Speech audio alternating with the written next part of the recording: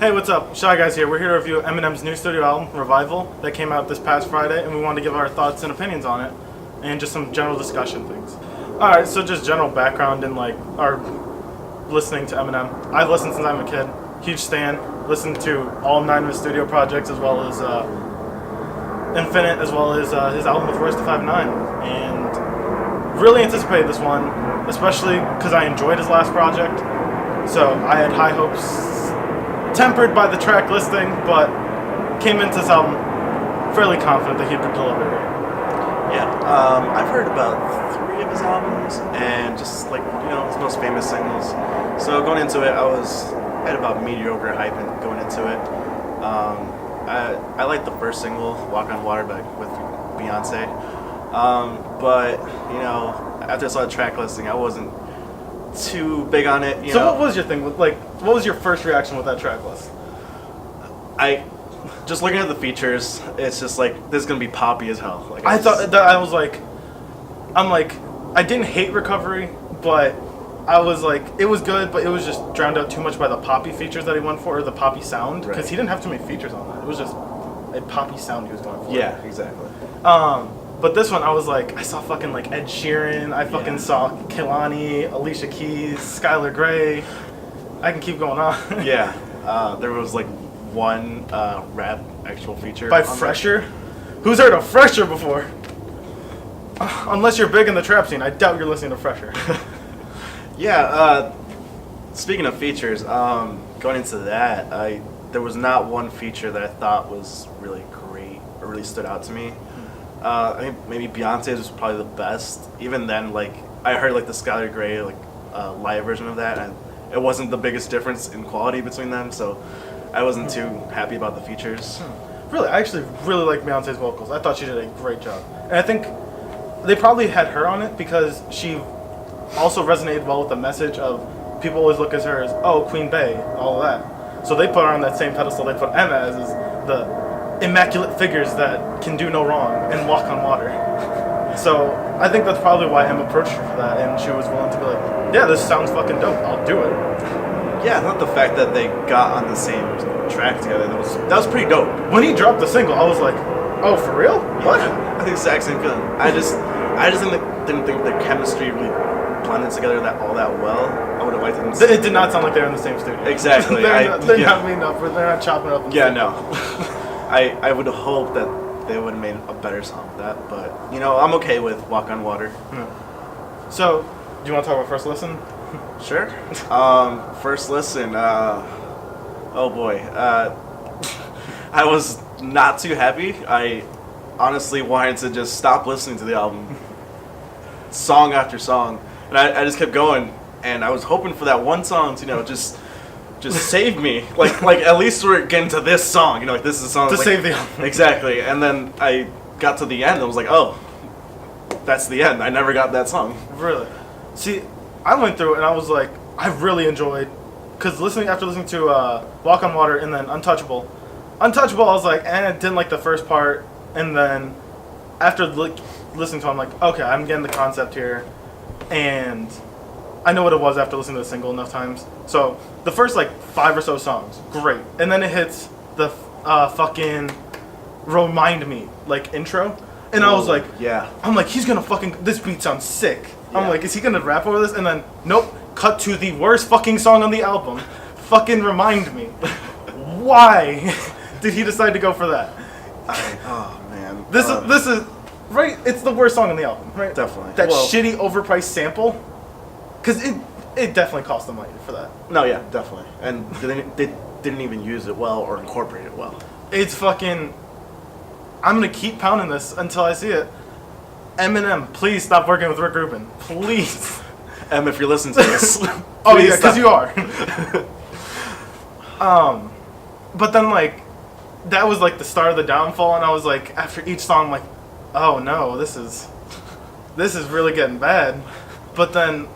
towards the end, it really picked up, and I was like, okay, I'm getting this. And then, after, further listens, I was kind of digesting, and I'm like, okay, I'm seeing what he's doing here with concepts of the song, and, by the way, blown away the first time I heard, Arise, Arise is fantastic. It's one of my favorite songs. On first listen, that song almost made me cry. Yeah. What did you think of that? Arise? Did you? Arise. I don't remember That was the last song on the album where he's talking about like he's on his deathbed on an overdose. Oh, yeah, we were talking to Haley. That was like his family. Yeah, he's talking to everyone. He's talking to like Yeah. Haley, family. He's talking about Proof. I thought it was a good like lyrical concept. I just didn't think it was a good song per se. I liked where you're going with the song. I just didn't think, like sonically, I didn't think it was a good song. Like See- I like the content of it though. See, a lot of the album, I saw him using like a lot of like the gimmicky type flows. Yeah. But like the last 3 songs, he's just going in. He's not trying to like. Oh, yeah. He's not trying to amaze you with like, well, look at this flow I'm using here. Yeah. It's like he's just fucking rapping, Yeah. and it's like this is all we want, and please. Yeah, I found like a lot of that whole like that flow. You went Yeah. a lot of that on the album, and it kind of turned me off on it. It was Yeah. just like, please stop using this. Like I think that's why like a big part of the album was bad for me, just because I can't remember too many of the songs, just because they're not very memorable. I think. Really? Yeah. Well, yeah. I think in comparison, when I was listening to this, I was like, it's kind of on par with the Marshall Mathers LP2 in terms of like post prime Eminem albums, Right. if people want to call it that, because although it has lower lows than the Marshall Mathers LP2 had, I definitely think it has higher highs with some of the tracks. How many tracks did you think you liked out of this total? I think that I Or don't like think how many I- positives? Because it's like it's 19 tracks. There's about 2 skits on it, or 2 intros, or whatever the fuck you called it. Yeah, I don't think there was one song that I really liked. There was just a few songs I found bearable, honestly. Really? The rest of it was just very mediocre to god awful. Okay. See, I think only like the super poppy ones, as well as the shitty Rick Rubin produced songs. Stop working with Rick Rubin.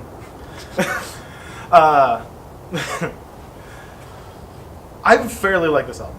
It's not going to be in like a top 10 album of the year type thing, but it's a great album in my opinion. I think what we get here that people kind of miss, and then I really kind of connected with, is one of the underrated Eminem albums I feel is Encore, because although there is its shit songs on it, it has shit fucking songs on it.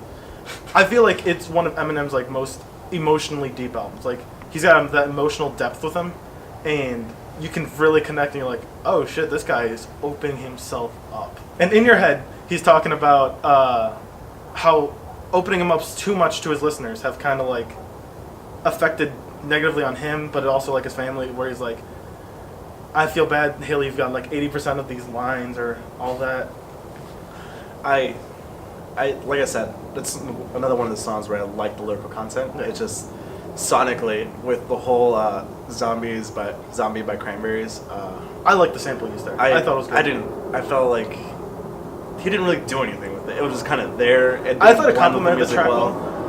Well, in terms of like kind of like the theme of it, but I just didn't think it incorporated well in the song. Okay. So, one of the big things, like, after listening to, like, Walk on Water, like, as a single, when that last fucking part where he's like, when I'm in a mic, when I have a mic, I'm godlike, bitch, I wrote Stan, I'm like, is he gonna lead this into another song where he just fucking goes in? And he kind of did that to some extent with Believe, and I was like, this was good, but I'm like, I kind of had my expectation up here, but he kind of, like, had it there, but it's still a great song. I think it was one of my favorites on the album, Believe. Because it's just M rapping his ass off. He's testing out flows. It's not super gimmicky where it's annoying, but it's different flows, and he's interchanging them well as it might sound a bit over the top where he's like, do you still believe? That whole thing. Yeah. I kind of enjoyed that personally. I don't know. I felt too many times on the album. Sorry. Yeah. So because like I felt like too many times his flows were offbeat or like they didn't go with the song all too well. The song suffered because of it, and then the album as a whole suffered because of it. I just wish he would spend more time with like maybe different producers, or maybe spend a little more time on the album. I felt like it was a little like raw still to me. Well, it did seem like on a couple of tracks where it's like it kind of seemed like Eminem really didn't care what beat they put to it. Yeah. He was just like, I'm gonna rap my ass off, just have a beat that I'm with. I wouldn't be surprised if he also worked on some beats himself, because I know he does that. He dabbles in the producing side. But I do feel you on the new. Please get a new producer at times, just because he works with Rick Rubin far too much, as well as I think it's Alex the Kid or something. I forget his name. But just like a variety there. That's why when Believe and Chloroseptic came in, I'm like, oh shit, is this fucking Trap M? I loved it because he had that trap flow with that instrumental and had that like bass. All it needed was like a hi-hat or something.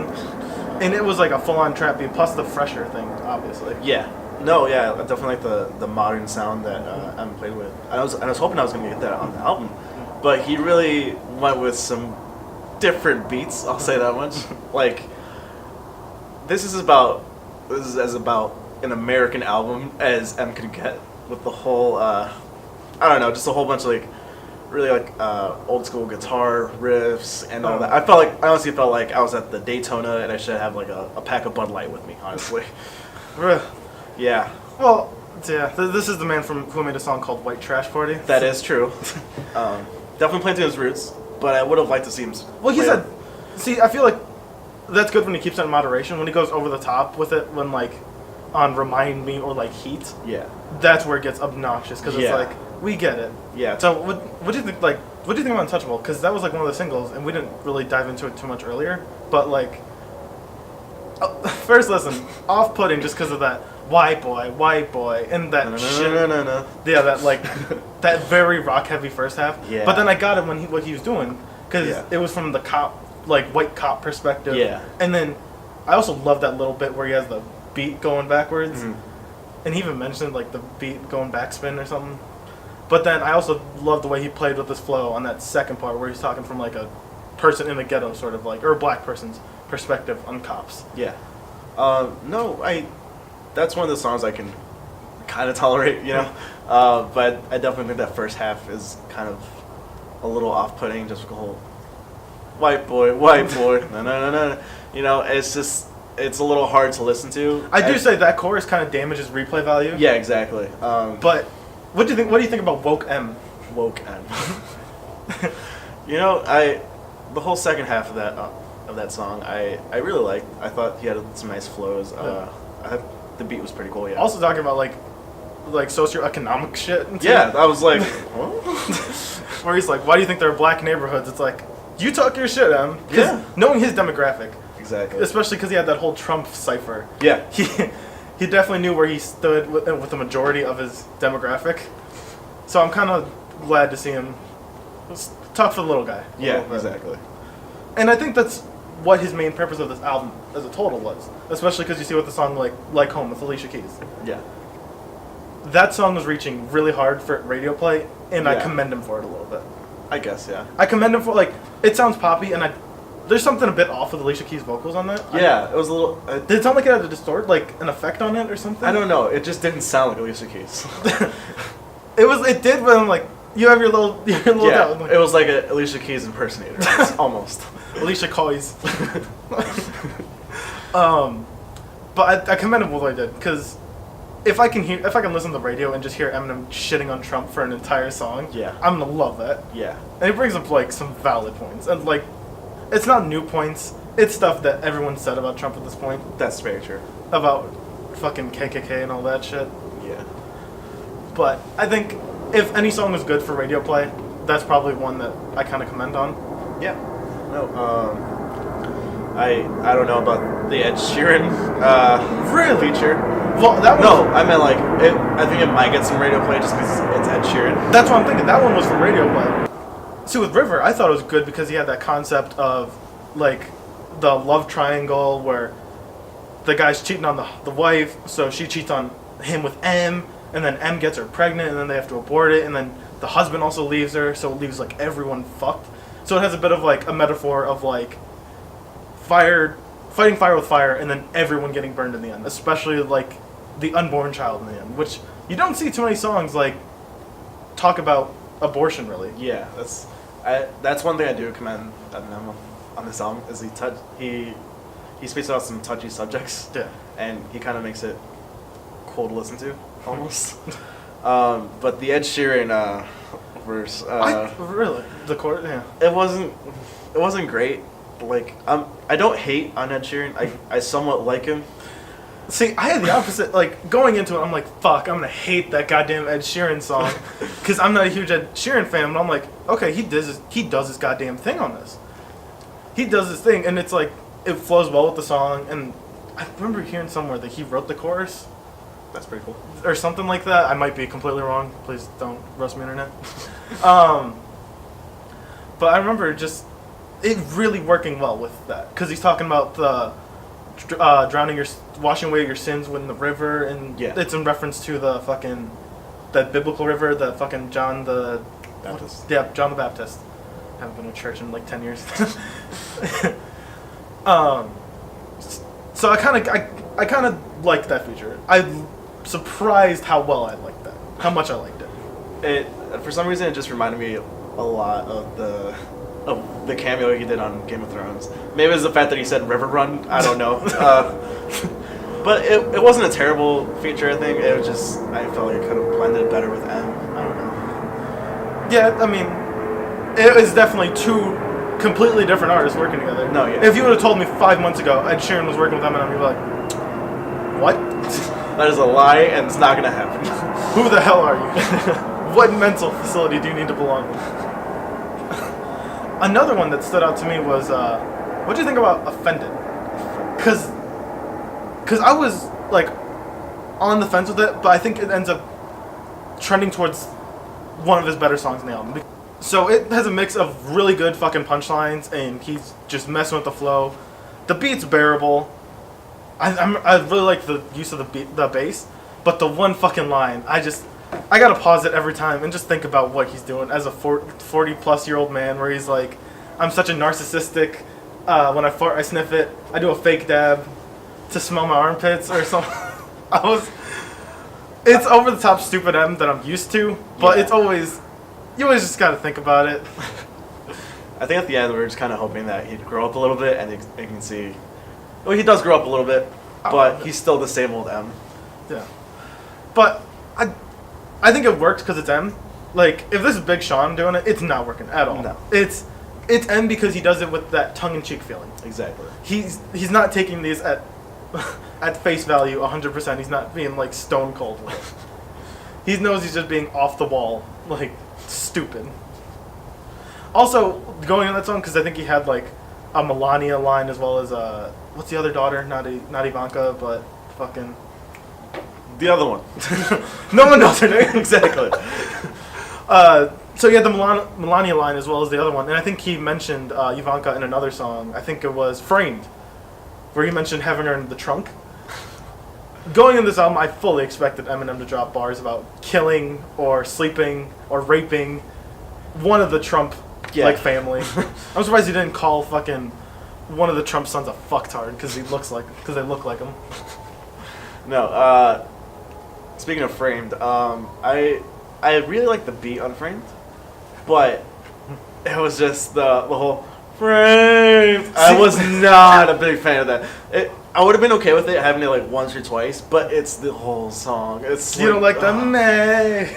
No. See, first listen, I really didn't like it got to me as bad as that. But like listening to it, it gave me like a sense of like back to Relapse, which I feel like is a great album because it plays with that serial killer on pills sort of vibe, which he does on this fantastically. Yeah. I love that. I love Framed because it plays with that dynamic and that concept so well.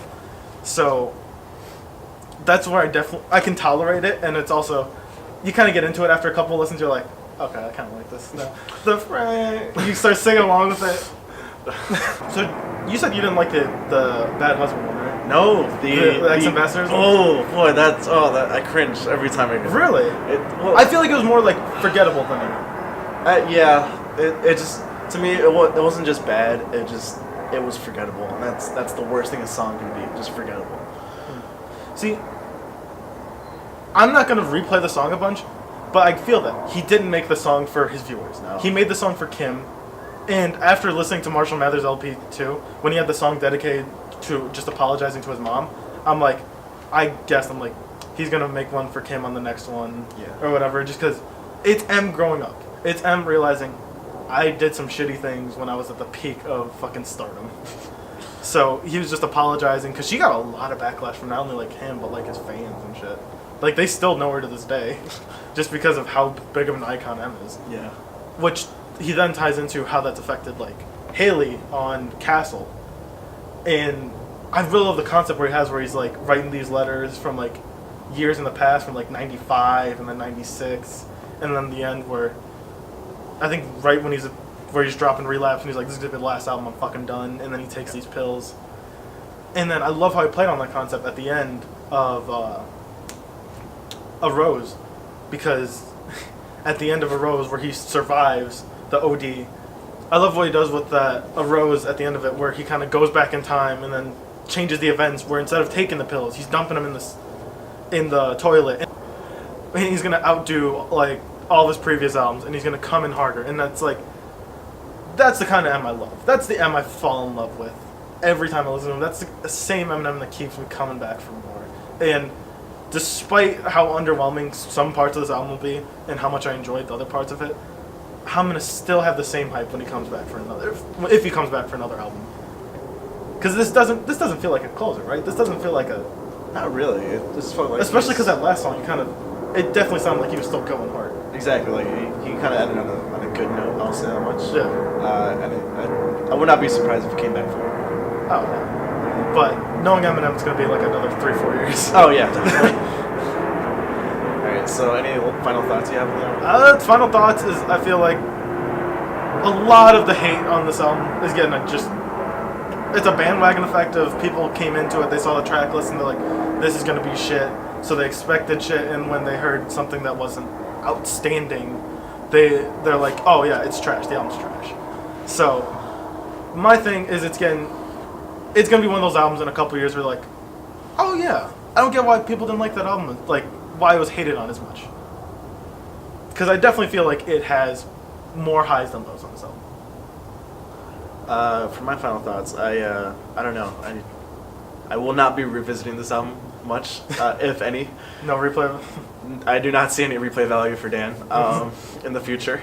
A lot of the songs were just not memorable to me, and